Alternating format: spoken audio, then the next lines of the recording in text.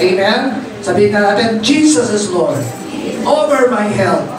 Over my finances. Alam niyo po ba, napakarami ng ginawa, napakarami ng himala na ginawa ng Diyos sa bawat isa sa atin. Amen? Si Sister Melon. Sister Melon, tayo ka nga, sis. Ayan po, si Sister Melon po last year, siya po ay naoperahan sa brain. Sa brain. Amen? At sila ay kumasos ng almost 3 million. 2 million. Pero, himala po, siya ngayon ay malakas na. Amen po ba? Napakalaga natin Diyos. Amen. Amen. Napakadaming himala. Thank you, Sister Melon. Himala ng pag-alikan, himala ng pagpapala, kasi ang Diyos na atin pong pinaglilingkuran, ang Diyos na ating sinasamba dito ay buhay. Amen po ba? Kaya yung mga ngayon lang nakadalo sa gawain ito, hindi po kayo o hindi yung kaibigan ninyo ang nag-anyaya sa inyo. Ang nag-anyaya po sa inyo ay ang Panginoon, ang Banal na Espiritu Santo ng Diyos. Kasi gusto rin niya kayong pagpalain. Gusto rin niya kayong pagalingin. Gusto niya kayong pagtagumpayin. Amen po ba? Amen? Sabihin mo sa iyong katabi, mahal tayo ng Diyos. Amen? Napakadaming kwento ng himala. Ako po ay kwento rin namin ng himala. Amen? Sabi kasi doon sa team natin, proclaim. Amen? Experience.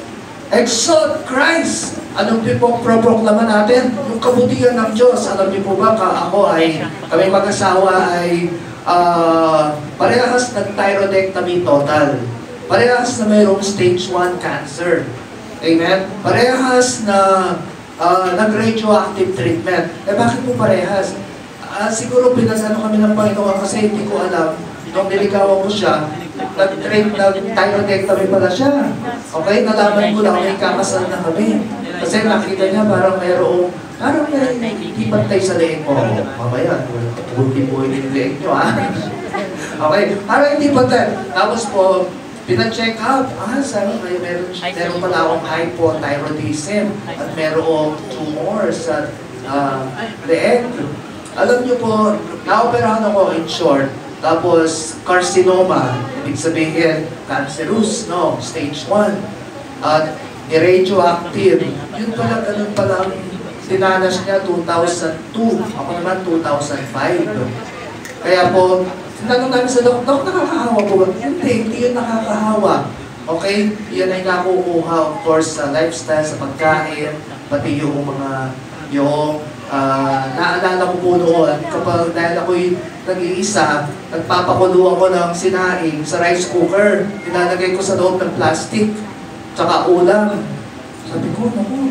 Tapos nabasa ko sa internet, cancerous pala yung ganun. Yung papakuluan mo sa loob ng plastic. Sabi ko, baka doon ko nakuha yung ganun. Kaya ingat tayo sa lifestyle natin. Amen po ba? Pero ang Diyos ay makabagin. Alam niyo po ba, 6 years kami mag-asawa, hindi kami nagkaanak. Sabi ng iba, naku, mahirap na kayo magkaanak kasi parehas kayo mag-radioactive, parehas kayo walang thyroid gland. Tapos, ako ay 40 years old na yata ako. No? 40 years old na. Yung misis ko, 42. Kahit sa akin ng mga almost 2 years. Pero alam niyo po, at the age of 43, binigyan kami ng Lord ng anak. Amen po ba? Baka po lang natin Panginoon. Sabihin mo sa'yo, walang mahirap sa Diyos. Amen. Ipapahayag natin ang kabutihan ng Panginoon. Amen. Sino naniniwala dito na kaya ng Diyos ang kanyang problema? Amen po ba? Kaya ng Diyos na lutasin, anuman suliranin. Amen po ba? Kaya kayo nandito, hindi nagkataon na kayo ay nandito ngayon. Amen? At dahil talagang pinakinggan ninyo ang hipo ng Diyos sa inyo, anak, sumama ka doon. Ikaw ay mapagpapala doon. Anak, walang imposible. At dahil nakinig kayo sa Panginoon, alam ko may gagawin ang Diyos sa inyong buhay. Sabihin mo sa iyo, may gagawin sa Diyos ang Diyos sa iyong buhay, sa iyong pamilya. Sino po may problema dito? Mga kapatid, taas nga ang kamay. Uy, konti lang, baka mamaya, pag sinabi nyo sino gusto magpa-pray, dami lumalapit. Sino dito ang mayroong prayer request? Taas ang kamay. Amen. Mamaya po, pwede po natin kayong ipag-pray, no? Yung mayroong kahilingan sa Panginoon ng kagalingan, kahilingan sa Panginoon ng solusyon sa problema. Mga kapatid, walang mahirap sa Diyos. Sabi ng Biblia, ako ang Diyos, sabi ng Panginoon sa Jeremiah 32 verse 27. Meron bang mahirap na bagay para sa akin? Sabihin mo sa iyo, walang mahirap sa Diyos. Amen? Walang imposible sa Diyos. Amen po ba? Amen? Sige po, ngayong oras na ito, bigyan natin ng kalukuran ng Panginoon. Pwede ba tayo tumayo? Ang ganda noong inawit natin kanina. Lahat ay luluhod. Lahat ay magsasabing, si Jesus ay Diyos. Ang problema mo, luluhod yan sa Panginoon. Amen po ba? Ang sitwasyon mo, luluhod yan sa Panginoon. Dahil sa Diyos, walang mahirap. Siya ang pangalan na mataas sa lahat ng pangalan. Amen? Taasan natin kamay. Lahat ay luluhod. Lahat ay magsasabi. Amen, Lord.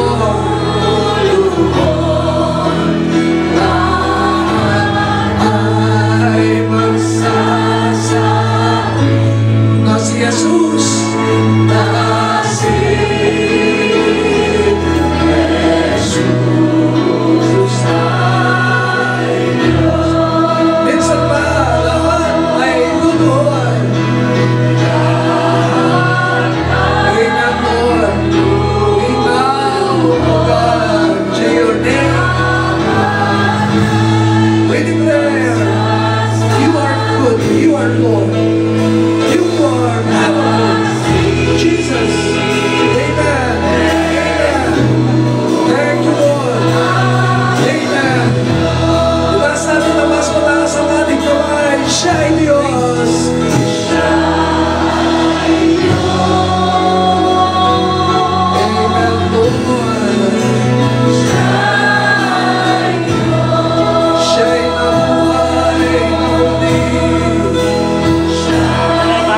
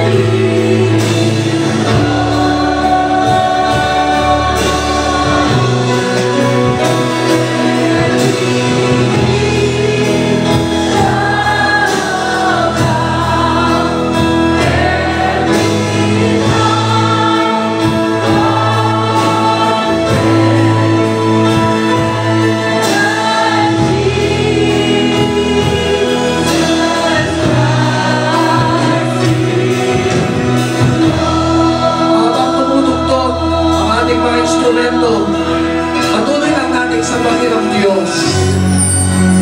The presence of the Lord is in this place, and He is ready to do miracles in our life.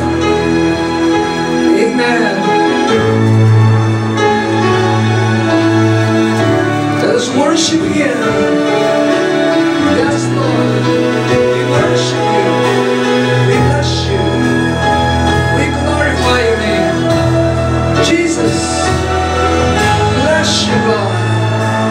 We bless Your name. Thank You, Lord.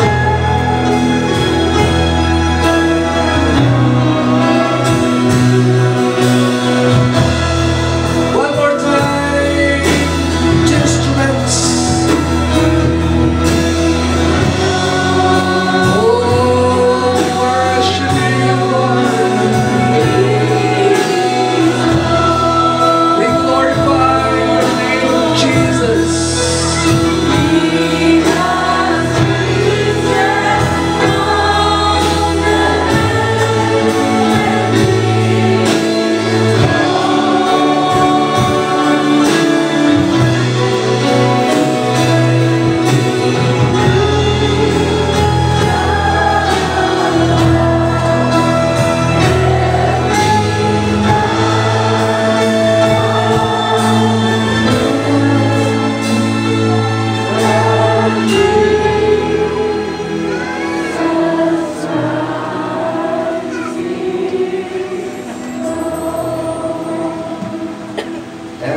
creation now.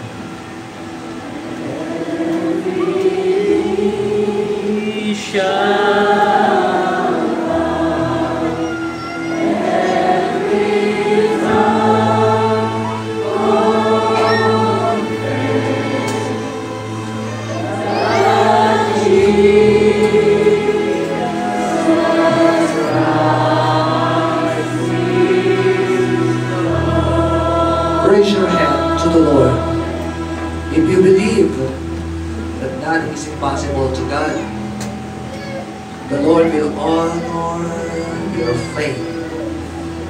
Sabi ng Panginoon, if you believe, you will receive whatever you ask for in prayer. Ngayong oras na ito, mga kapatid, ang Diyos ay nakikinig sa ating mga panalangin. Ang pangako ng Diyos, if you seek first God's kingdom, all these things, if you seek first God's kingdom and His righteousness, all these things will be given unto you. Amang Diyos, salamat, Ikaw ang nagdako sa bawat isa. O Diyos, sa iyong panambahan na ito, hindi nagkataon na sila ay naparito. May gagawin kang himala, Panginoon, sa kanilang buhay. As they listen to your word, as they believe, O God, Lord, your promises, they will experience, Lord, your power in their life. Salamat, O Diyos, sa iyong salita na amin pong mapapakinggan ngayon to our beloved guest speaker. Salamat dahil you will use your word, O God, to accomplish the miracles, the blessings, Lord, that every one of your people is praying right now in Jesus' name. Thank you, Lord, Holy Spirit, continue to fill this place with your power. We bless you, God, and we do not allow any work of the enemy, oh God, to hinder this wonderful gathering for your glory. In Jesus' name. Amen, amen. The best clap of praise to God. Hallelujah. Hallelujah. Amen. You may all be seated. Praise God. Praise God. Amen. Excited na excited ang Lord na ibuhos ang mga himala na kailangan natin ngayon. At sabi mo sa iyo, be excited. Sabi mo, be excited. At pakinggan natin mabuti ang salita ng Diyos. Bakit po, mga kapatid? Faith comes by hearing and hearing the Word of God. Sabihin mo sa iyo katabi, ang pananampalataya ay nanggagaling sa pakikinig ng salita ng Diyos. Kapag ang salita ng Diyos ay pinapasok natin sa ating puso, iyon ay tutubo, mamumunga ng pagpapala, himala sa ating buhay. Amen po ba? Amen? Are you ready to hear God's Word? Amen. Naparito tayong lahat. Alam nyo, natutuwa ang Panginoon kahit may bagyo o kahit masama ang panahon kanina. Pero nakakatuwa ang Lord kasi ang ganda-ganda po ng panahon ngayon. Palampakan natin Panginoon. Amen. Ilang araw na bumabagyo sa amin, bumabaha doon sa lugar ng pero salamat sa Lord, di na bumabaha sa amin ngayon. Praise God. Pero sabihin mo sa iyo, congratulations. Dahil hindi ka nagpapigil sa bagyo. Hindi ka nagpapigil sa ulan. Amen po ba? At ang ating magiging guest speaker, alam niyo po, mga kapatid, talagang tinakbo niya. Hindi naman tinalaban. Talagang wala po sa Green Hills.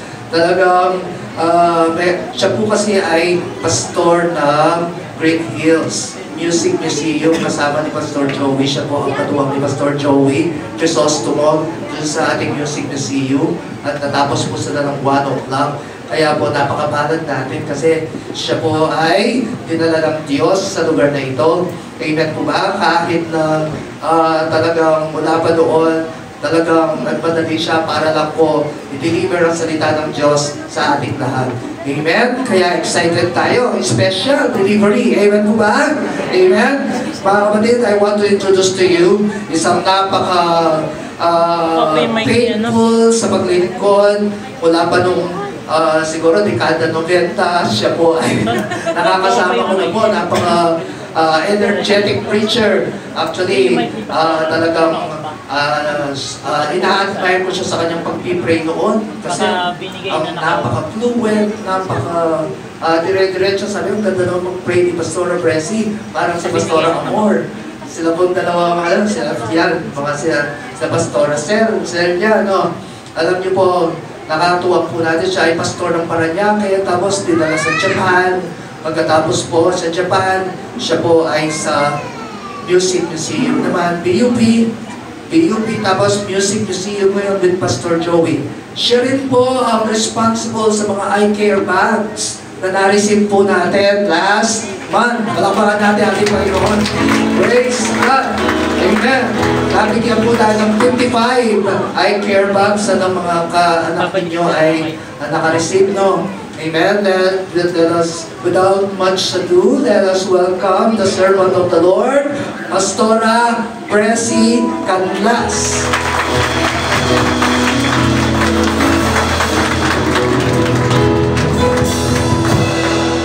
Magandang hapon po sa bawat isa sa kanila. Ako pa yung nalusaw sa introduction ni Pastor Ricky. Pero wala naman pong ibang pinakamasarap gawin kundi ang maglingkod sa ating Diyos na buhay. At kung may guest speaker man po kayo, hindi po ako yan. But it is the presence of the Father, the Son, and the Holy Spirit. Palapakan na po natin ang session. Ngayon po tayong lahat at patuloy po natin awitan ng ating Diyos. Let's sing the goodness of God. Napakarami po na ginawa ng Panginoon sa ating buhay. Sabihin niyo sa inyong katabi, mas maraming pagpapala ang ibibigay sa inyong Panginoon. Ihanda mo lang ang iyong sarili pag umapawi ng Diyos ang maraming himala sa buhay mo. Amen po ba? Bago na po siguro natin kantahin, kanina po I'm recalling while on my way here, kasi natatapos ko talaga ang service namin sa Green Hills ng 12:30, but then nag-extend po kami because nagkaroon ng Holy Spirit Baptism Rally kanina through Pastor Joey. Nagtulong pa ako ng first service po kanina. So, kaya po medyo na-delay po kami ang dami po nagpa-pray. But praise be the name of the Lord, all things work together for good. Way back 80s, 90s, Pastor Ricky, kasama po kami, ako po personally, na nag-church plant sa lugar na to. Marikaban, may malapit sa may basketball court. If I could remember. Yan yung mga unang-unang pong pinupuntahan namin mga bahay-bahay. I don't know kung hindi na kayo mga contact persons natin before. Kayo po ba yan? Yun! Malibay, Marikaban po yan. And salamat po sa Diyos' name. Salamat po sa Panginoon. Hindi nasayang yung mga pagtatanim. Sinasamahan mo namin yun, I was training then si Tricia Renuto, if you could remember. Tama po ba?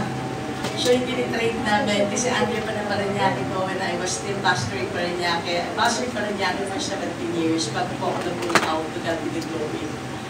Kaya ho, ang sarap lang alalahanin na yung pagtatanim ay hindi nasasayang. Sabihin niyo sa inyong katabi, hindi nasayang ang ginawa natin sa Panginoon. Amen? At yan po sila ang mag-testify ng bunga. Ito na kayo, naka 32 years. To God be the glory. Kaya talagang, dapat lang natin pasalamatan ng Diyos. Sige po, awitan natin ang ating Panginoon. Hallelujah. I love you, Lord. For His mercy never fails me. All my days are held in your hand. From the moment that I wake up until I lay my head, I will sing of the goodness of God.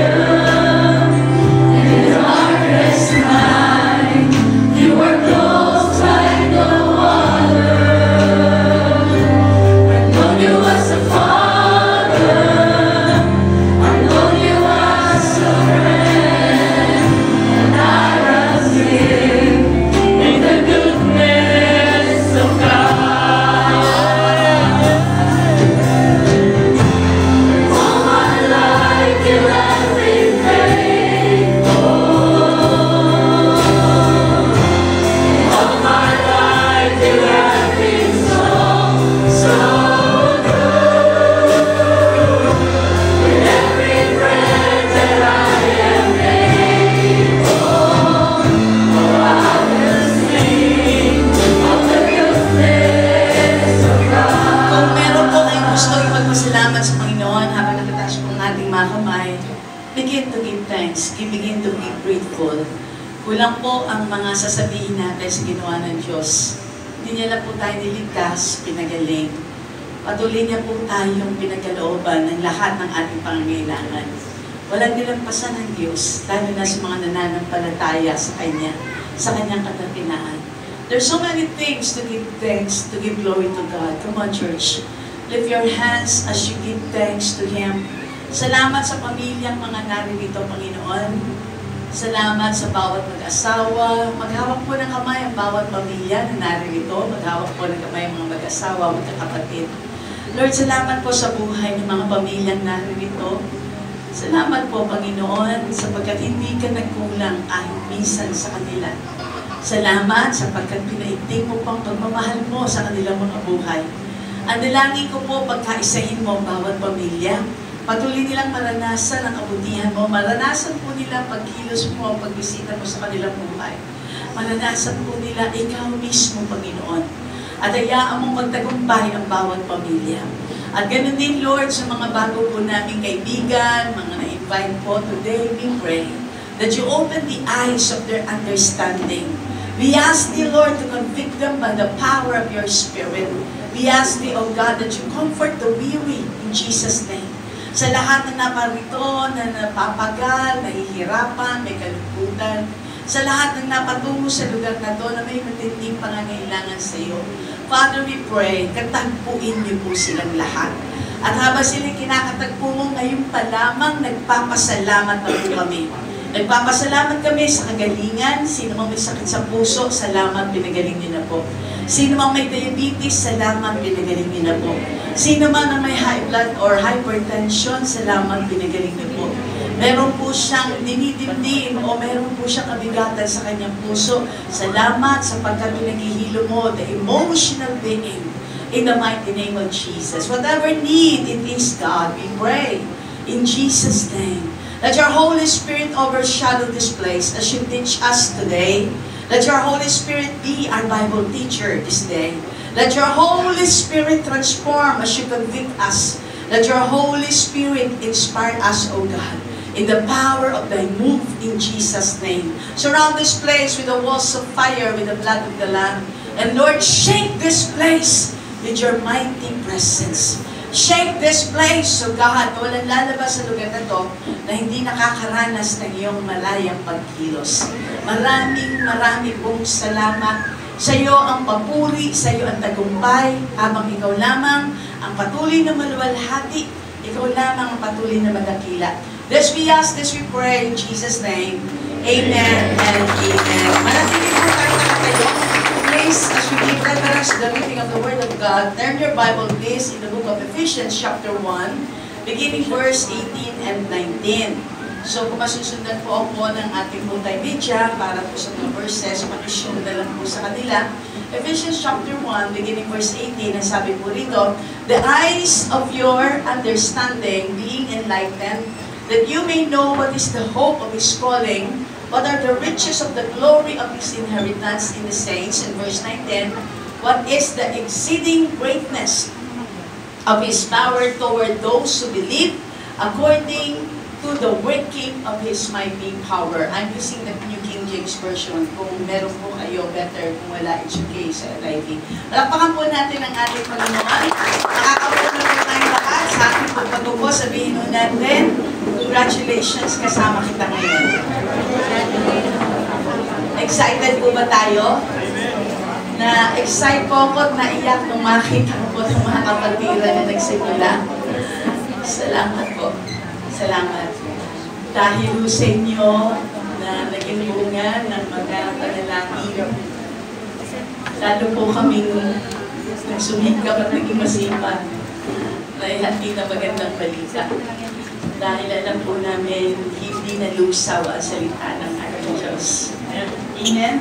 Sige po, simulan na po natin sa ating introduction. Makikita po natin in these verses that we have read, Apostle Paul prays for people for three things. Tatlong bagay po ang idinalangin. Pakita na po natin ang ating PowerPoint. Tatlong bagay po ang pinanalangin po dito. Kaya ang Ang tema pong naibigay sa amin ay Proclaim, Experience, and Exalt Christ. Dito po sa ating introduction, makikita po natin, ang unang naging panalangin po ni Pablo is that the eyes of their understanding be open. Nang natungo po tayo dito, napunta po tayo, we are not expecting of anything. Ang alam po natin, naimitahan tayo, sino ang mga first-timer? Gawin-gawin nga po ang mga, yan. Naimbitahan po kayo dahil nagmamalasakit po ay nag-imbita sa inyo. Naimbitahan po kayo kasi gusto mo nilang maranasan, yung naranasan din po nila sa kanilang mga buhay. Pero this afternoon, it is the Holy Spirit that will open the minds and open your eyes and understanding para maliwanagan po tayo that this is not a religion. Ang pinuntahan niyo po ay the iglesia na magdadala sa inyo, magpo-convert sa inyo sa panibagong reliyon. Ang napuntahan niyo po ay isang gawain ng ating Panginoon, full gospel church, na sabi po na salita ng Panginoon, walang tinataas na ibang sekta, reliyon, ang tanging tinataas ay ang pangalan ng ating Panginoon Jesus. Kaya proclaim, experience, and exalt Christ in everything. Amen po ba? Wala po kaming ibang gustong ipamanhig sa inyo. Kilalanin niyo si Jesus bilang Panginoon, tagapagligtas ng ating buhay. Pangalawa po na concern ni Pablo dito po sa ating mga talatang binasa, that they may be enlightened. Na sila po ay magkaroon, hindi lang mabuksan ang kanilang kaisipan. Bakit kailangan mabuksan ang ating kaisipan? Kasi nakatali po tayo, nakagapos po tayo sa mga reliyon po natin, sa mga iba-ibang ritual na ginagawa po natin, sa mga maraming bagay, nagagapos po tayo ng kaaway. Tama po ang John 10:10, ang sabi po ng salita ng Diyos, the thief came here to kill, to steal, and to destroy.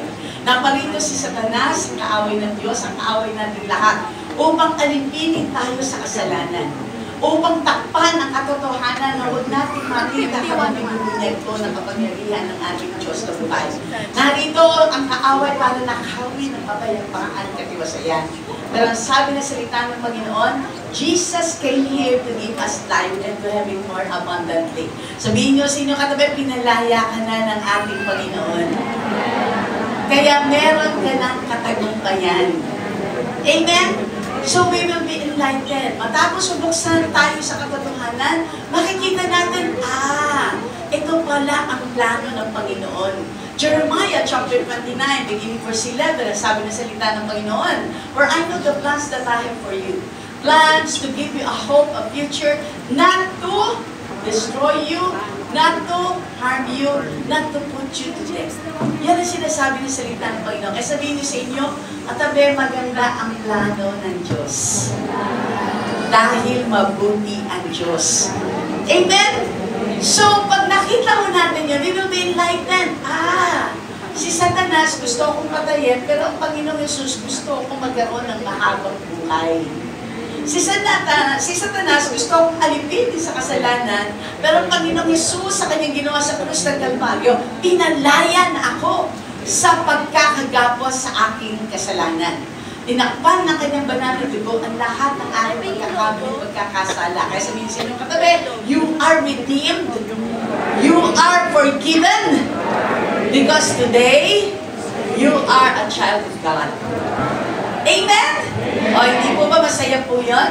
Yan. Pangatlo po, ano po manhig po ni Pablo, balik po tayo sa ating pinag-aaralan, it is the hope of our calling.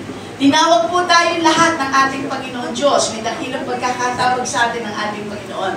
You see, after receiving Jesus as our personal Lord and Savior, hindi po doon nagtatapos ang ating journey. The first part is conversion. The first part, makilala natin si Jesus bilang Panginoon tagapagligtas ng ating buhay. But then, hindi pa nga ganun kaagad ang ating pagsasubmit sa Kanya. Several times, ilang times pa tayong kumantay ng Bible study, ng gawaing katulad nito, bago talaga natin lubusang kinilala, inoffer ang ating buhay, tinanggap si Jesus bilang Panginoon tagapagligtas ng ating buhay. Kaya intindihin po natin na meron talagang ginawang pagtawag sa atin ng Diyos. And what is calling? A calling is a gift of God for each one of His children. Ang sabi po sa 2 Timothy chapter 1, beginning verse 9, if we can show it please, kung may papakita po natin, ang sabi po sa 2 Timothy, for I know the plans who had saved us and called us with a holy calling, not according to our works, but according to His own purpose and grace, which was given us in Christ Jesus before the world began. Gamitin niyo po yung inyong katabi. Sabihin niyo sa inyong katabi, hindi nais ng Diyos masira ang buhay mo. May magandang purpose ang Panginoon para sa iyo. At ang purpose na iyo, mabuhay ka ng matagumpay. Mabuhay ka ng matiwasay. Mabuhay kang pinagpala ng ating Panginoong Diyos. Amen po ba? Yan ang dakilang plano ng Panginoon. So lahat po tayo, look here, listen. Nung tinanggap natin si Jesus as personal Lord and Savior, ang unang pagkakatawag sa atin ng Panginoon ay maging anak niya. John chapter 1, beginning verse 12, sabi po na salita ng Panginoon, sino man kumilala tanggapin si Jesus bilang Panginoon tagapagligtas ng kanyang buhay, siya ay ginawang anak ng Diyos. Through adoption, dahil nag-iisa lang ang anak ng Panginoong Amang nasa langit, walang iba kundi ang aking Panginoong Jesus. But because we are adopted by receiving Jesus, accepting Him as our personal Lord and Savior, kaya ang sabi po dyan, ayan, tagalugin natin, very good. Datapwat ang lahat sa Kanya'y nagsitanggap, pinagkalooban niya sila ng karapatang maging mga anak ng Diyos sa makatuwid bagay ang mga nagsisisampalataya sa Kanyang pangalan. So that is the first calling. Tinanggap natin si Jesus, ginawa na tayong Kanyang mga anak. Tinanggal tayo ng Diyos mula sa pagiging anak ni Satanas, ng Diablo. Sabihin niyo sa inyong katabi, hindi ka na anak ni Satanas. Tinubos ka na ng Panginoong Jesus. Doon sa krus ng Kalbaryo. Kaya anak na tayo ng Diyos. Hindi ba magandang balita po yun? Amen po ba? Napakahirap po kasi mga magulang na naririto, napakahirap hindi mo ba na malalaman ninyo may kapatid kayo sa labas o may anak sa labas, whatsoever, parang lalabas illegitimate. I don't mean to harm or to wound anyone. Pero yun po yung katotohanan. Pero dito, tinanggal tayo ng Diyos sa ganong kalalagayan. Binigyan niya tayo ng legitimacy. Hindi tayo illegitimate na mga anak. Through Jesus, we become legitimate children of the living God. And because we are legitimate na anak ng ating Panginoon, ang kalangitan ay binuksan para sa atin. Hallelujah! Praise God! Sige po, balik po tayo sa ating pinag-aaralan. Natin. So, ang general review, tingnan po natin, ang ikalawa pong bagay, it involves God's wonderful purpose for us. That is the meaning, or second meaning ng calling. Romans chapter 8, beginning verse 17 and verse 28. Basahin po natin. Ang sabi po rito, children that heirs, heirs of God, joint heirs with Christ, and so be that we suffer with Him, that we may be also glorified together. Makinig po. Sabi po dyan, matapos tayong mapiling mga anak, ginawa niya po tayong tagapagmana. Wow! Pastor Plessy, ano po yung mamanahin namin? Eh di yung kalangitan. Eh di yung pangalan ng Panginoong Jesus. Eh di lahat ng regalo na pinaghanda niya sa atin, kasama ang regalong buhay na walang hanggan, kasama ang regalong kagalingan, kasama ang regalong kaligtasan, yaan ang mga iniregalo pinamana sa atin ng Panginoon. Hindi na basta pamana, joint heirs with Christ. So ano man ang mamanahin ng ating Panginoon Jesus mula sa Kanyang Amang nasa langit, yan din ang mamanahin natin. Dito sa lupa, ang pinapamana natin, mga utang. Ang mga napapamana natin, sama ng loob. Yan. Ang mga napapamana natin ay puro problema. Hindi ho ba? Kaya pagka namatay, yung sino man talaga nag-iiyakan, hindi nag-iiyakan dahil malungkot, nag-iiyakan dahil ang daming problemang iniwan. Hindi ho ba? Sa dami na ako na naging funeral service ko. Ganun po yung mga nangyayari. Pero dito, may katiyakan ka. Sabihin niyo sa inyo katabi, may katiyakan tayo ng buhay. Kasi binigay na ito ng ating Panginoon. And that is the purpose of God. Yan mismo ang purpose, plano ng Diyos para sa iyo, para sa akin, para sa ating lahat. Sa Panginoon, walang bata, walang matanda. Walang edad-edad sa ating Diyos. Dahil tayo ay piniling lahat ng Panginoon, kakatagpuin niya tayong lahat. Kasi special na tayong lahat sa ating Panginoon. Kaya in Romans 8:28, sabi ng salita ng Diyos, all things work together for good To them that love God, to them who are the called according to His purpose. Lahat ay pinag-aadya. Lahat ay nagsasama-sama. Lahat ay nagkakaroon ng kaayusan. Dahil yan ang kalooban ng ating Panginoon. Amen po. Moving on sa ating pag-aaral, tingnan po natin sa next slide. After knowing what is the meaning of calling, let's understand there are three kinds of calling. May tatlong ibig sabihin po ng calling. Number one, the general call of God, which means we are slave of Christ.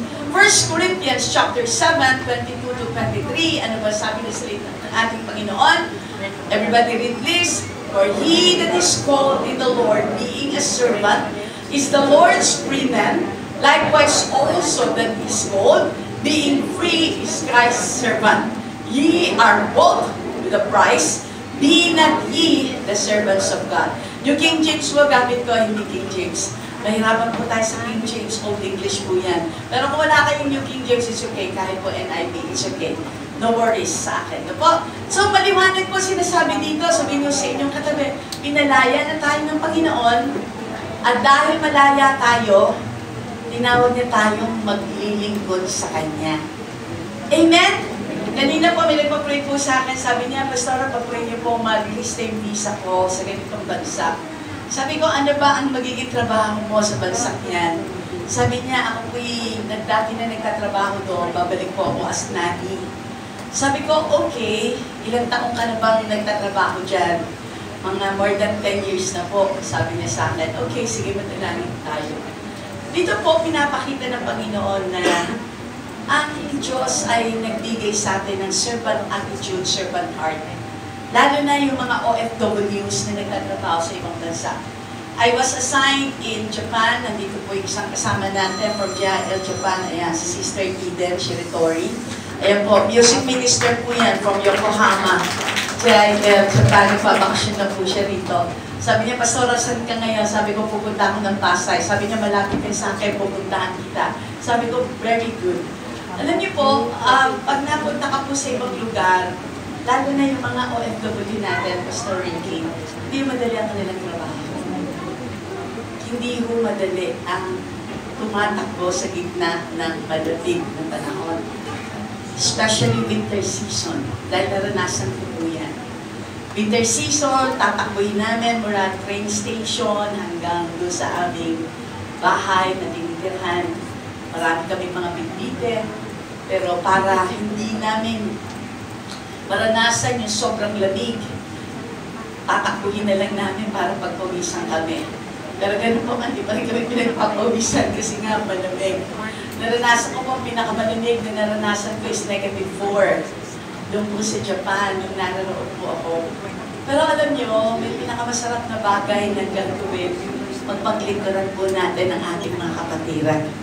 Nung naroon po ako, tinuruan ako ng Diyos, na talagang paglingkuran ko po sila. Pag pupunta ho sila Friday, Saturday, galing na ho yan sila sa kanilang mga pinagtrabahuhan. Yung iba po, mag-stay na sa akin sa bahay ng Saturday night or Friday night.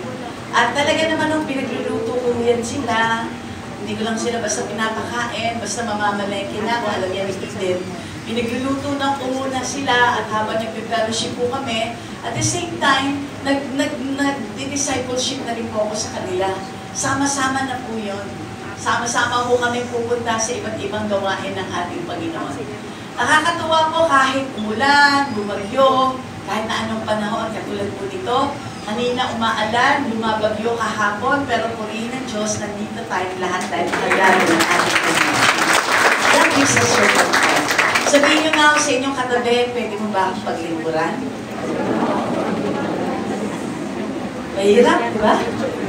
Pero tanong, pwede ba natin paglingkuran ng Diyos? Pag pinaglingkuran natin ang Panginoon, ibig sabihin, kaya natin paglingkuran ang kapwa. That is the general calling. Una tayo maglilingkod sa Panginoon. Yung mga ministry na meron kayo, that is your calling, that is your gift from God. That is your ministry unto the Lord. But there is still one ministry, and that is to serve one another with love and joy. That is the general call. The second call, balik po tayo, is the special calling, called to be an apostle. In Ephesians chapter 4, beginning verse 7, Ang sabi po ng salita ng ating Panginoon, but to each one of us, grace has been given as Christ apportioned it. Tayo po ay may kanya-kanyang giftings. Tayo po ay may kanya-kanyang ipinagkaloob sa atin ng ating Panginoon. If we would understand the 1 Corinthians chapter 12, it's all about the gifts of the Holy Spirit. Makikita po natin dyan, mapapansin po natin yung iba't ibang giftings na binigay sa atin ng Panginoon. Kaya yan yung mga special calling. But in Ephesians chapter 4, beginning verse 11, if we can show that please. Ang sabi po sa Ephesians chapter 4, beginning verse 11, but some are called to be apostles, prophets, evangelists, teachers, and pastors and teachers. 5 po ang special calling ng Panginoon. We call this the offices. We call this the fivefold ministry gift. We call this specialization. Pag nag-doktor ka, graduate ka as a general doctor, general medicine, nag-graduate ka. Now, you have to decide kung ano pa ang gusto mong maging pag-aaralan mo pa. So, if you want pediatrics, mag-aaral ka, mag-specialize ka in pediatrics. Kung gusto mong maging oncologist, is treating mga cancer patient, so another specialization. Ganon din sa dentist. May mga tinatawag tayong mga orthodontics. Ito yung mga nag-oopera na nang hindi kakayanin ng mga dentista. Ganon din sa mga mata. May tinatawag tayong optometrist at ophthalmologist. Yung optometrist, ititreat lang, bibigyan ka lang ng salamin, ayusin lang yung grado ng salamin mo. Pero ang ophthalmologist, ooperahan yung katarata mo. O operahan yung glaucoma mo. Are you with me? Ganyan din po sa gawain ng Panginoon. May specialization. Kami po nasa category ng pastor. Kami po dalawa ni Pastor Ricky. But, not just a pastor. We are also called as a teacher. Kasi nagsishare kami ng salita ng Panginoon. Nangangaral kami ng salita ng Diyos. Pastor Ricky, by the way, is really a teacher. Alam niyo po ba yun? Siya po talaga isang guro. Very anointed na guro. Kaya nandun siya sa office ng pastor-teacher. Hindi doon din nag-i-stop ang calling po namin. Lahat po tayo, tinawag ng Diyos as evangelist. In fact, ang calling ng lahat, nagsimula as evangelist. Ano ibig sabihin ng evangelist? Ikaw ay nangangaral palagi ng magandang balita. Ang unang binabalitang sinasabi mo ay patungkol sa pag-ibig ng Diyos. John 3:16 lang ang sinasabi, binabahagi natin. Kabisado ba natin ang John 3:16? Ano po ibig sabihin ng John 3:16? For God so loved the world that gave His only begotten Son, whoever believes in Him should not perish, but have an everlasting life. Yan lang yung lagi natin binabahagi. Kaya kayo narito ngayon. Sabihin nyo, kaya ka na born again. Kaya ka nakikilala sa ating Diyos na buhay. Amen? So, at the same time, habang lumalalim sa pagkakaunawa at sa calling ng Panginoon, pumapasok sa prophetic, pumapasok sa apostleship. Brother Eddie, salamat sa Diyos. Dahil si Brother Eddie, lahat po ng fivefold ministry gifts ay nasa kanya. To God be the glory. For what reason? Balik po tayo sa verse 12. Ang sabi po ng verse 12, ang kasunod ng verse 11, syempre, to equip His people for works of service so that the body of Christ may be built up. Kaya may pastor sa loob ng iglesia. May Bible teacher para ma-equip tayo. May Bible teacher ang mga bata, may mga Bible teacher ang mga may edad, may mga Bible teacher na assign. Hindi lang yun. May mga ministry head para maging united po tayo.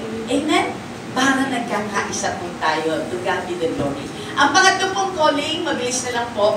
Ang pangatlong calling is the particular calling, which means we are separated to the gospel of Christ.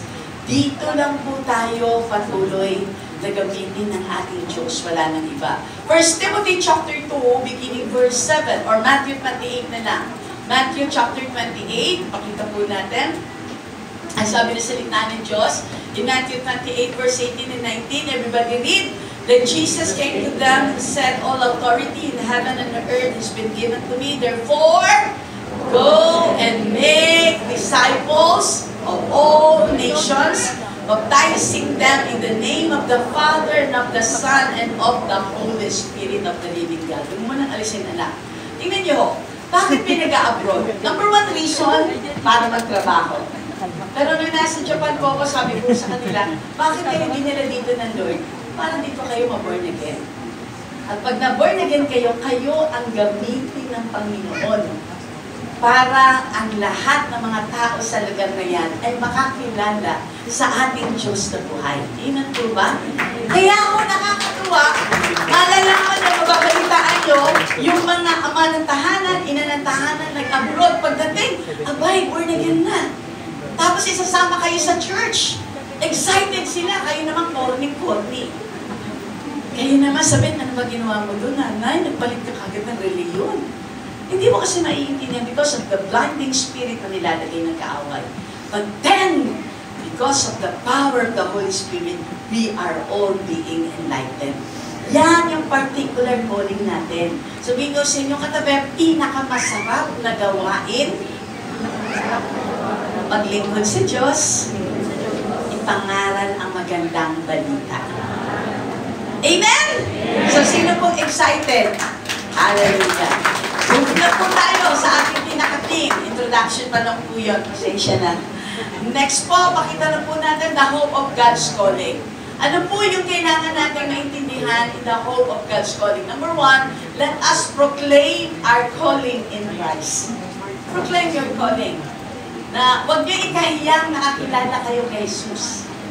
Huwag niyo ikahiya, bagkus ipamalita pa ninyo.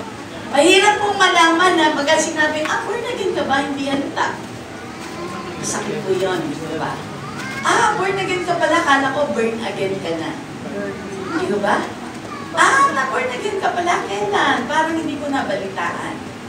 Ay, alam mo, pareho pala tayong born again. Kailan hindi natin pinagsasabihan? Alam, marami yung din yung mga pangyayari. At ito mo'y realidad. Number one, that we should understand in proclaiming our calling in Christ, testify your calling from God. In Mark chapter 1, beginning verse 16 and 20, pakita lang po natin.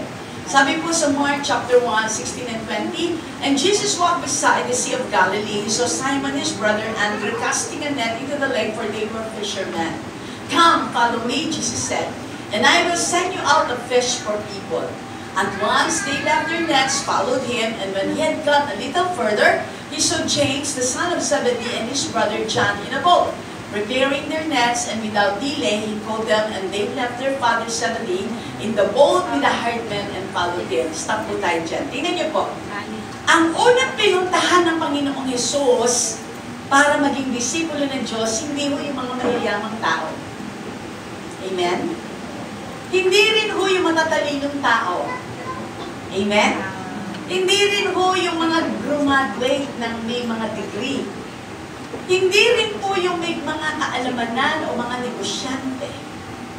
Simpleng tao ang in-approach ng ating Panginoon. And they are all called fishermen. Simpleng mamamalakaya. Simpleng mangingisda ang pinuntahan ng Diyos. That's number one. Pangalawa, tingnan po natin sa ating binasa. The Lord is concerned so much with family. Hawakan niyo ang kamay ng kapamilya ninyo. At sabihin niyo sa inyong asawa, concerned lagi ang Diyos sa ating pamilya. Concerned ang Diyos sa ating lahat dahil mahal ng Diyos ang bawat pamilya. Hindi pinuntahan ng Diyos ang balo. Hindi pinuntahan ng Diyos ang single mom, single lady, or single brother. Hindi pinuntahan ng Diyos ang isang orphan. Pinuntahan niya magkakapatid. Hello? Kaya concern ng Diyos sa pamilya. Sabi niya, ang una niyang pinuntahan dito, yung magkapatid na si Simon at si Andrew. Pangalawang pinuntahan niya, dalawa pa rin magkapatid, si James and John. Puro magkakapatid. Asan na yung magkakapatid na narinig ko? Nasa nga po ang kamay. Uy, magkakapatid. Ayan. Maghawak ng kamay ang magkapatid. At sabihin niyo sa magkapatid, I love you more and more. Kahit na madalas mag-away tayo. Kahit na madalas nagsasagutan tayo, pero mahal kita dahil regalo ka ng Diyos, kapatid kita. Are you with me? Now, pangatlo pong bagay, tingnan po ninyo. When the Lord Jesus called these men, anong ginawa? They quickly obeyed and abandoned their nets. Iniwan nila agad yung trabaho. Sumunod sila sa ating Panginoon. Bakit? Kinilala nila kung sino yung unang tumawag sa kanila. The authority coming from the call, none other than us, but the Lord Jesus Christ. Tatlong bagay lang yun na kailangan po natin makita. Number one, God is concerned with simple people. Pangalawa, God is concerned with their families. Kaya anuman ang mga pabigatan, problema sa pamilya, lagi may solusyon ang Diyos. Amen? Walang imposible, walang hindi kakayanin. Manalig ka, may ginagawa ang ating Panginoon Diyos sa buhay. Palagpakan po natin ang ating Panginoon. Amen? Next time, tingnan po natin. Mapapansin po natin na sabi po dyan, they testified kung paano sila tinawag. Pinakita dito ng Panginoon. Balik po tayo sa slide. Pinakita po ng ating Panginoon kung paano po sila tinawag. So dito, pakita rin po natin kung paano tayo tinawag ng Diyos. In 1 Peter chapter 2, 9 and 10, in Psalms 146, beginning verse 4, sabi po sa 1 Peter chapter 2, everybody read this, but you are a chosen people, a royal priesthood,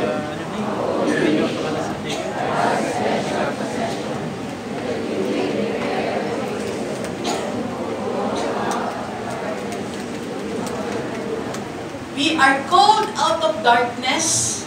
We are separated from Satan because God has given us new hope and new life. Kaya sabihin niyo sa inyong katabi, ikaw ay anak na ng Diyos.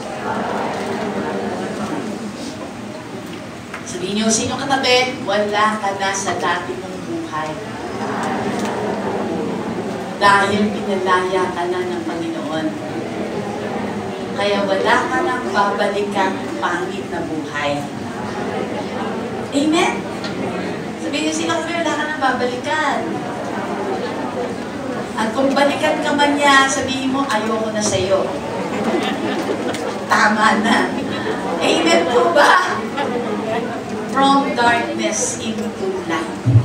Yan po ang kapahayagan ng ating Panginoon. Ano po yung next word? Pakita natin, anak. Ang sabi po in the book of Psalms, ang sabi po na salita ng Panginoon, Psalms 146 verse 4, everybody read, when their spirit departs, they return to the ground, and that very day their plans come to nothing. Mamamatay po tayong lahat. Bago tayo mamatay, ideklara natin na si Jesus ay naging Panginoon, tagapagligtas ng ating buhay. Na si Jesus ang totoong nagmamay-ari sa atin. Kaya nga pag may naghihingalo, tinatawag agad ang mga pastor, pag-pray po natin.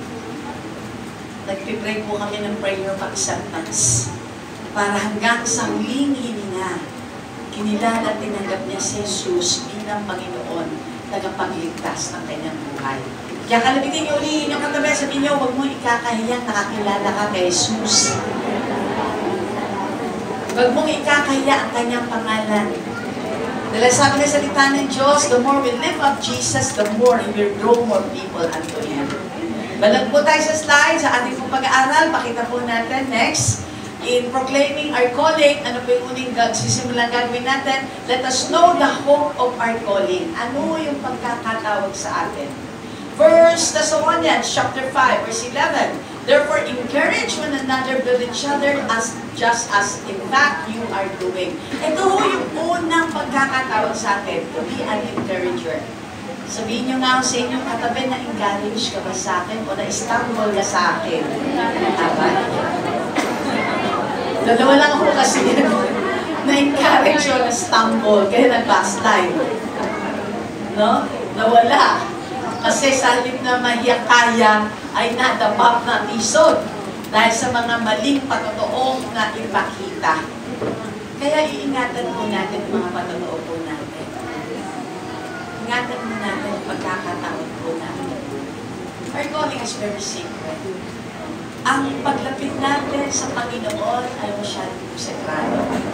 Ang pagkilala sa atin ni Jesus bilang kanyang mga anak ay napaka-secret and holy. Napakataas ng pagkakatawa.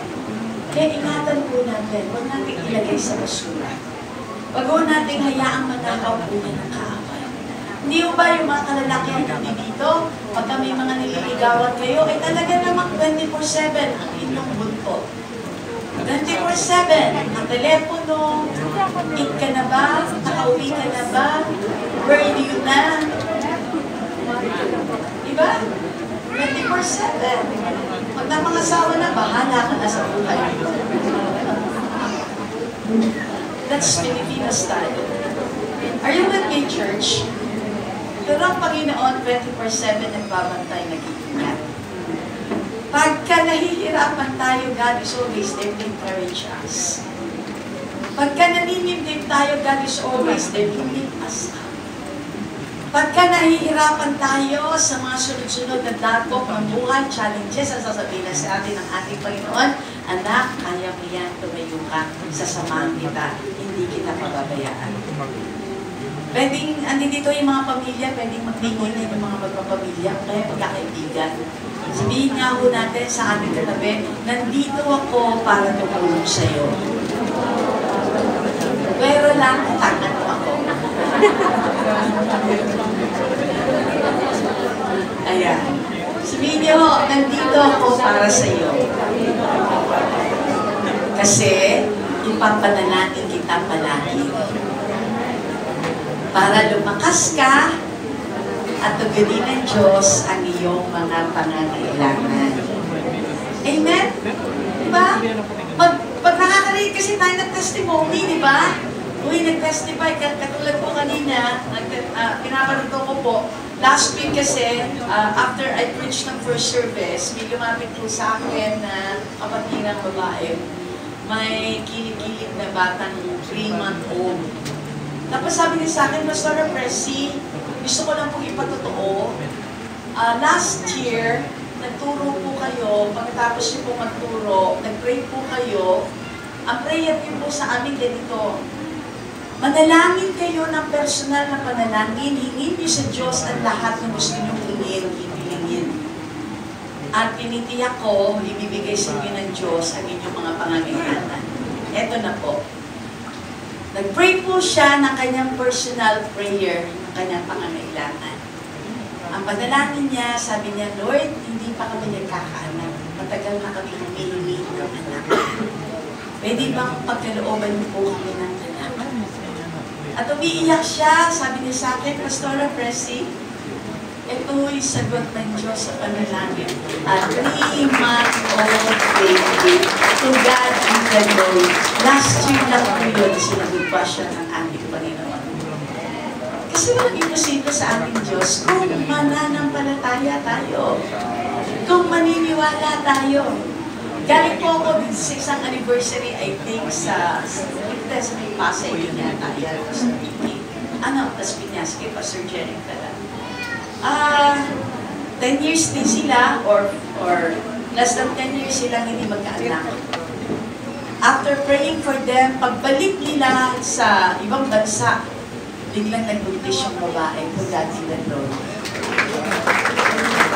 Alam, may hirap sa Diyos. Ang dami po nagpapatotoo sa amin. Sabi niya, Pastora, salamat po. Engineer na po ako ngayon. Salamat po sa inyong panalangin. Pumasa po ako sa board exam. Salamat po, arkitekto na po ako. Meron nung nag-testify recently. Pastora, doktor na ako. Sabi ko, salamat. Meron na akong kasama sa medical team. Are you with me, church? Kaya sabihin ko sa inyo, katabi, let us encourage one another. Pahirap ng pahirap ang buhay, pero pag na kay Kristo ang iyong buhay, walang mahirap. Amen! Amen! Amen! Para po yan, marami po kung naging patotoo sa Green Hills, operahan, hindi na natuloy operasyon. Personally, meron po akong napag-pray noon, siguro mga 3 years ago po yun, or hindi lang, mga 5 years ago na siguro. Sa second service pa po kami that time. Lumapit po sa akin. Sabi niya, alam niyo po ba, Pastora Presi, first time kong umattend dito ngayon. Galit ako sa asawa ko, attend dito. Pinagagalitan ko yung asawa ko, persecutor ako ng asawa ko kasi hindi ako naniniwalang may Diyos.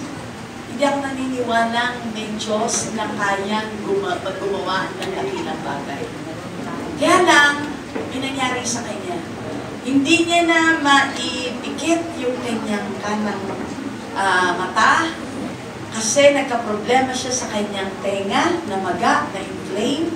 Ang sabi ng doktor, kailangan operahan. Nahihirapan na siya kasi maga halos yung ganitong bahagi ng kanyang mukha. Sabi ko lang sa kanya, kaya mo bang kilalanin, tagapin si Jesus bilang tagapagligtas ng iyong buhay kasi hindi ako magpapagaling sa iyo. Ang Panginoong Jesus ang magpapagaling sa iyo. Instrumento lang yung panalangin gagawin natin. Pero yung faith mo sa Panginoon at mismo si Jesus na tatanggapin, kikilalanin mo magpapagaling sa iyo. Niiyak po siya, he repented, he kneel down, accepting Jesus as his Lord and Savior. Alam niyo po, ang sumunod na pangyayari, after a week, bumalik po uli sa akin.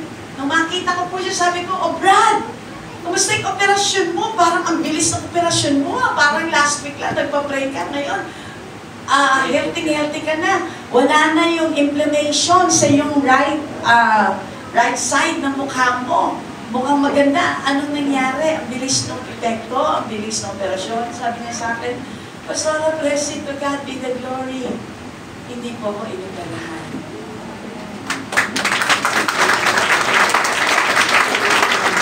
Sabi ng doktor sa akin, nung pagbalik ko, dahil nakaschedule po ako operahan, nag-check po ako, sabi niya, "Wala naman ako operahan sa iyo ah. Wala na ako makitang yung nakita natin. Anong nangyari sa iyo?" Dahil laging mahimala ang Diyos. May isa po kami member, siya po ay isa sa mga worker po namin, actually, isa sa siyang mga intercessor namin.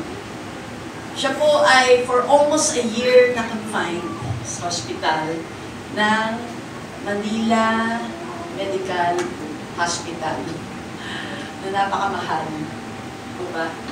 Diba? She was confined because of autoimmune at may other complication. Dumating po sa punto na halos mamatay po siya. In fact, talagang she was declared clinically dead nung nasa ICU siya. Tumatawag po sa akin si Pastora Gigi o si Ma'am Gigi, si Teacher Gigi. Sabi niya, "Pastora, bilisan mo. Ipag-pray na natin kasi dying na. So sabi ko, "Sige, just go on praying." At habang papunta ko, I'm just praying also.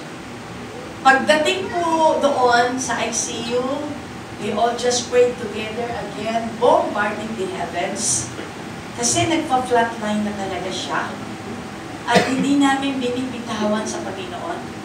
After saying amen, biglang nabuhay, dinilan ang mata. At hanggang ngayon ay buhay at nag-deliver sa ating Diyos. Tulad ng Lord, napakarami pang panotoo. Proclaim Jesus in your life. Proclaim the goodness of God. Dahil hindi na uubusan ang Panginoon ng maraming ginawa niya.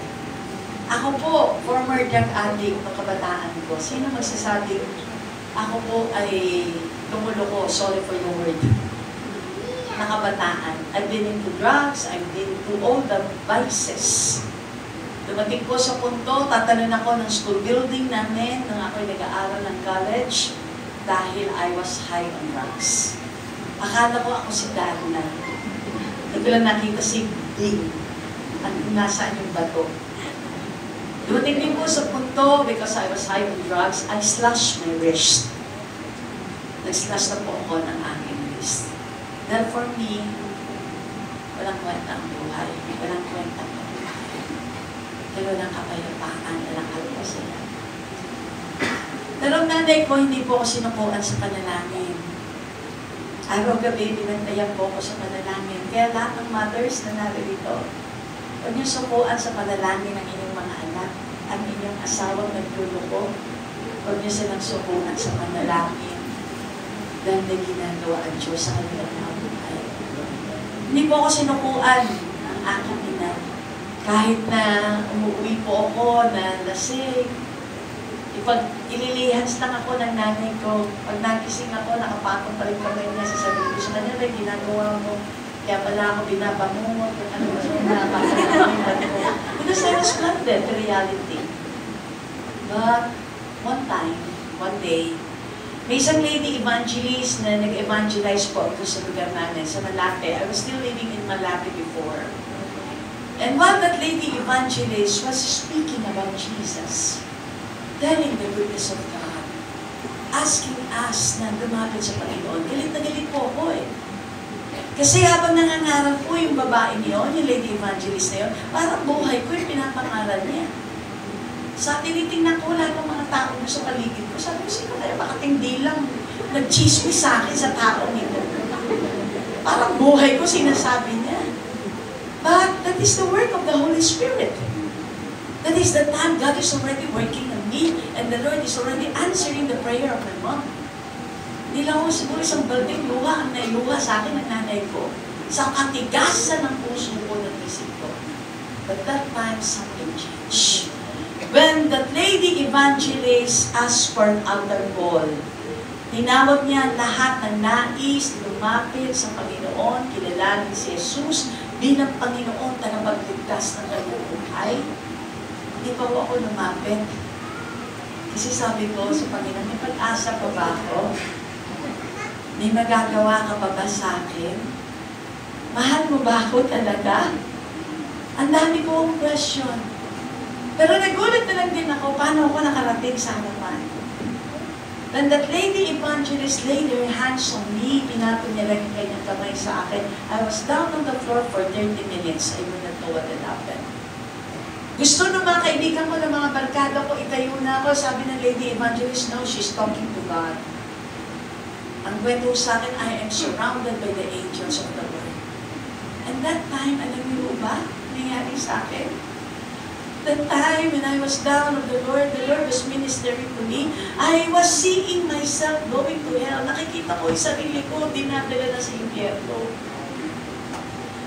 Nakiusap ako sa Diyos. Sabi ko, Panginoon, please give me another chance. This is my personal experience. Sabi ko, please give me another chance. Give me another chance. I was begging God. After that, I was crying. And after that, pinala ko ng Diyos sa isang tahimik na lugar, mapayapang lugar. Narinig ko ang mga magagandang tinig na nag-aawit. The very instant I made a decision, sinuko ko ang aking buhay sa Panginoon. Tinanggap siya bilang Panginoon tagapagligtas ng aking buhay. And that was my turning point. Simula that night, I used to take Valium, although I am taking BS Pharmacy. I'm a pharmacist by profession. And that time na I was taking my profession, that time, alam ko yung consequences pag umanyag kami ng mga pinagbabawal na gamot, hindi ako makatulog, I take Valium. I take Corex D ng mga panahon yan. Para lang mahal, isang bote palagi. Store. Ang isang bote is 120 ml. So you are high. Samahan mo pa ng liquor. Sasabog talaga ang utak mo. But the Lord spared me. My God was so gracious. Tinala ko ng Panginoon. That night, hindi ako minom ng Valium. Nakatulog ako ng pinakamahimbing ko na tulog. Pinakamasarap kong tulog. The following day, pagpasok ko po ng school, karay-karay na naman po ako ng mga tropa ko. Walang magawang magaganda. Sabi niya, halika, punta tayo sa ating punch session. Sabi ko, no, na-born again na ako. Ano born again? Born again? Wala yan. Si karay-karay ko ako ganyan. Alam niyo, pagtapat ko po doon sa pintuan where we used to have our punch session, nung maamoy ko yung sigarilyo, nung maamoy ko yung liquor, nung maamoy ko yung marijuana, buti lang marijuana pa lang noon, hindi mga ecstasy at kung ano-ano ba. Nung maamoy ko po lahat yun, hindi ko may angat yung aking paan. hindi po ako makapasok. And literally, I was throwing up. Literally, nagsusuka po ako. Sorry for the term. Sorry for the word. And that time, sinabi ko sa lahat ng mga klase ko, na born again ako, binago ko ng Diyos. Nilinis ako ng Diyos. Tinatawag ako ng Diyos. Sa lahat ng aking kasalanan pagkakamali, hindi na yan ang aking buhay. Tinanggal na ng Diyos ang marumi kong buhay. Pinalitan niya ng mapayapa, matirasay at matagumpay na buhay. That's why aside from the day, I experienced Christ. And not just experience Christ, I exalted Christ during that time, Pastor. Lahat ng mga kaklase ko, tropa ko, sabi niya, talaga nga, no, na-born again ka. Totoo pala. Hanggang naisama ko po sila no, sa Arroyo High School. Bago kami graduate, ilan po sa kanilang kumilala sa ating Panginoon. Ang nakakatuwa, after 10 years na nagkita po kami, yung iba nagpastor din, nasa Mindanao pa na-assign. But that didn't know it. Number 2, experience Christ in everyday life. How are we going to experience Christ? Immerse yourself in the Word of God. Read your Bible every day. You will only come to know Jesus when you love the Word. When you hear His voice through the Word of God. Hindi nyo makikilala si Jesus. Kung yung cellphone nyo, paggising nyo sa umaga, hawak nyo kagad, dapat paggising natin, Bible agad ang hawak natin. Paggising mo natin, kung gusto nyo malaman, kung sabihin nyo sa inyo katabi, kung gusto mong malaman kung ano ang buhay mo, hindi mo kinakailangan pumunta sa Quiapo para magpabasa sa baraha kung anong kinabukasan mo. Nandito sa Biblia nakasulat ang kinabukasan natin. Amen? Kasi kung totoo yung mga manghuhula, bakit hanggang ngayon hindi nila mahulaan yung sarili nila? Bakit hanggang ngayon manghuhula pa rin sila? Ayun eh, logic po yan. Kaya, kung titignan po natin, mararanasan natin ang ating Panginoon by being filled with the Holy Spirit of God. Kanina, nag-Holy Spirit baptism kami pinatawag ni Pastor Joey. Lahat ng mga musician, lahat ng mga lead worship, isang kumpas na deliver, isang kumpas, lahat sila ay nagsitumba because of the mighty move and presence of the living God. Let us be filled always with the Holy Spirit. As sabi sa Ephesians chapter 5, beginning verse 18, let us not be drunk with dissipation wine that leads to debauchery, but instead be filled with the Holy Spirit of God. Kaya may kaawit tayo di ba? Banal na Espiritu, kailangan kita, manatili ka sa buhay ko, gawin ang nais mo. Banal na Espiritu, minamahal kita, ikaw lamang, you're not kind. It is the Holy Spirit that will strengthen us. It is the Holy Spirit that will inspire us more. It is the work of the Holy Spirit that will motivate us, church. It is not men or whoever else, but it is the empowerment of the Holy Spirit. And every day, let's ask the Holy Spirit to touch us. Every day, let's ask the Holy Spirit to fill us. At laging available ang banal na Espiritu in our hands. Pasok po natin ang ating mga kamay. As we bow our heads, sabihin na po natin, banal na Espiritu, fill me up because I need you. Today, touch my heart. Today, touch my being. As I renounce everything, as I surrender to you everything, I put my hope and trust in you. Tumayo po tayong lahat. I'm done. I don't need to finish ang aking Spirit is already here. The anointing is already here.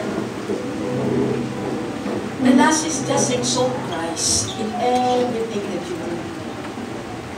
Exalt Him by doing everything for the glory of God. And as you focus on God alone. There's only one thing that we need to do, lumapit tayo sa ating Panginoon. Meron po dito, litong-lito po kayo, mag-please po kayo, mukhang pinuntahan niyo na ang lahat ng klase ng mga reliyon. Sinubukan niyo na ang lahat ng klase ng reliyon, but still, there's no peace, there's no joy. But I'm telling you today, isa nang palalapitan natin. His name is Jesus. The name above all names. His name is Jesus, who will heal us. May isang kabataan dito, sobrang confusion mo, especially on your gender issue. Lapit ka lang sa Panginoon. May kalutasan ang iyong kabigatan. May ina po ritong labis na nalulungkot dahil ang kanyang anak ay nagre-rebelde. Lumayas pa at that point. But the Lord hears you from heaven. Iyak niyo lang po, babalik po siya. Kayang baguhin ng Panginoon ang pusong napakatigas. Pinago nga po ng Diyos ang pusong po matigas. Kaya ako may pastora bless sa inyong talupan. Not because I deserve it. Not because I gave it. But it is by the grace of God. Because of the mercy of God. Kaya po ako nagpapadalo po sa inyo. Walang kwentang natapos ko kahit ako yung isang professional pharmacist. License ko. Wala po yan. Alam, pinaka-importante sa buhay mo, you just live for Christ. And you have received Jesus as your personal Lord and Savior. That's what matters most. Hindi ko ibig sabihin huwag mag-aral ang mga kabataan. No, you need that. Para hindi kayo tapakan sa lipunan. You need to finish your study. Huwag munang mag-asawa, please. Dahil masisira lamang pangarap nyo, pati pangarap ng magulang nyo, pag hindi nyo natapos ang inyong pag-aaral. One thing I learned from my mom, sabi niya, anak, wala akong ibang ipapamana sa'yo, maliban mapagtapos kita. Kasi pag napagtapos kita, walang maninilos sa'yo, walang mang-aabi sa'yo, walang mang-iinsulto sa'yo. And true enough. True enough. Mahalin niyo, ingatan niyo ang mga buhay niyo, mga kabataan na narito. Sapagat maraming kabataan confused. Some of you gusto mag-suicide. That is not the answer.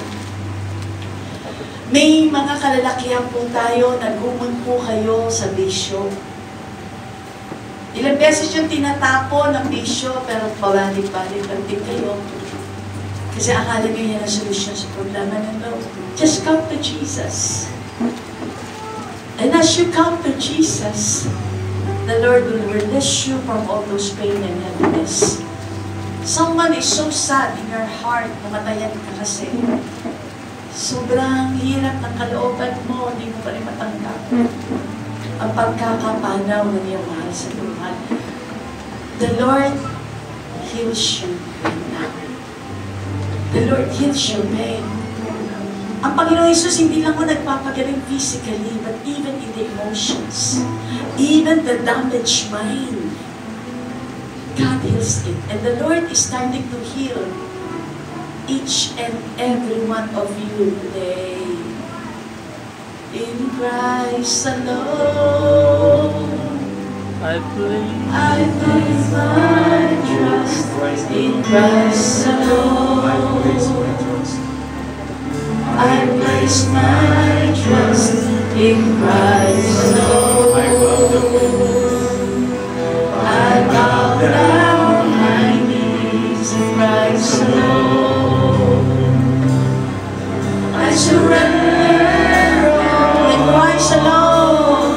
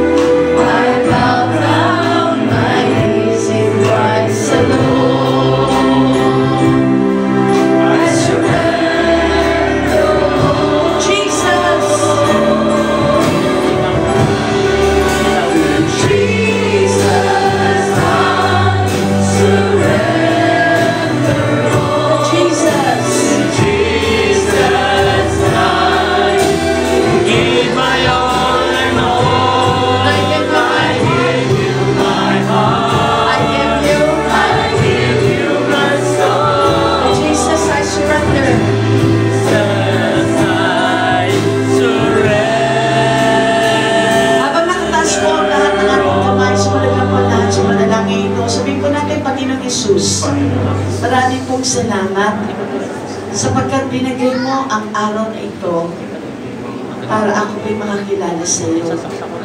Maligtas mula sa kapahamakan. Ako po'y humihingi ng pagpapatawad sa lahat ng aking naging pagkakamali, sa lahat ng aking naging pagkukulang. Linisin niyo po ako ng inyong banang dugo. Hugasan sa lahat ng aking karumihan. Mula po sa araw na ito, Panginoong Yesus, pagarian niyo po ang aking buhay. At mula po sa araw na ito, Panginoong Yesus, maganap ang iyong kalooban. Sinusupo ko po sa iyo ang kahirapan ng aking kalooban, ang lahat ng aking mga pagdududa, ang lahat ng aking mga kabigatan. Now begin to name every problems that you have right now. Tell Jesus. Tell Jesus anong problema, anong kabigatan mo. Tell Jesus right now. To Jesus I surrender all.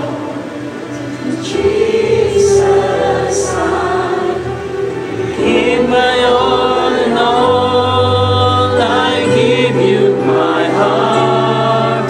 I give you my soul. To Jesus. Tinatawagan ko ba na mag-asawa na lumapit sa altar, please? The Lord wants to minister sa lahat po ng mga mag-asawang naririto. Please come. Thank you, Lord. Thank you, Jesus. The altar is open to all couples now. Please come. The Lord is waiting for you. Please come. Hallelujah. Tagawa po ng kamay, mga mag-asawa, malapit po kayo sa altar. God is good. God is good. Oh, Jesus.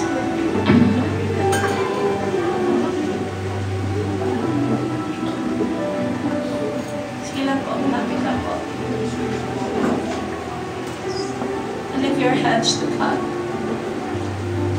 This is your day that the Lord will open the heaven for you. May mga mag-asawa din kayo nagkakasundo. May mga pagkakataong lagi po kayong nagkakagulo. To all the fathers, stand firm as the head of the family. To all the fathers, know your calling to God. To all the fathers, lead your family to Christ. To all the fathers, be decisive in every decision making that you are about to do. At sa lahat ng mga nanay na narito, you've been praying 24/7 for your spouses, for your children, for your family. Hindi ka lang nananalangin, hindi ka lang ang iyang tanging tagapag-ingat ng inyong yaman. Ikaw pa rin ang tambungan ng iyong pamilya. Sumbungan ng iyong mga anak. Maraming mga pagkakataon, you are not being understood. Maraming mga pagkakataon, in fact, you are being neglected. Nagawa po ng kamay, nag-asawa. Sabihin niyo, Panginoong Yesus, we surrender our family to you. As a couple, we surrender everything to you.